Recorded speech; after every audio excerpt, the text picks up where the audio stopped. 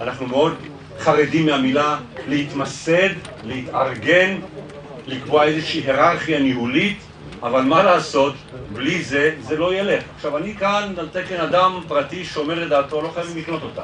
זה לא ילך בלי זה.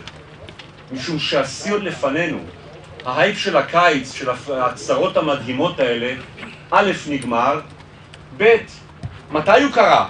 כשהכנסת בפגרת הקיץ, וחברי הכנסת משתלסים בחופי העולם, חלקם, הכנסת חוזרת מפגרת הקיץ למושב החורף ב-30 באוקטובר, אז בעצם מתחיל המאבק.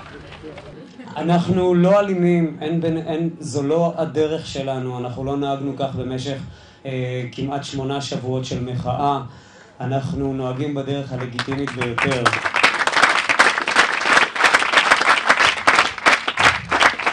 מה שכן, אנחנו גם לא נהיה כאלו שמתרפסים יותר, ואנחנו לא ניכנע בקלות.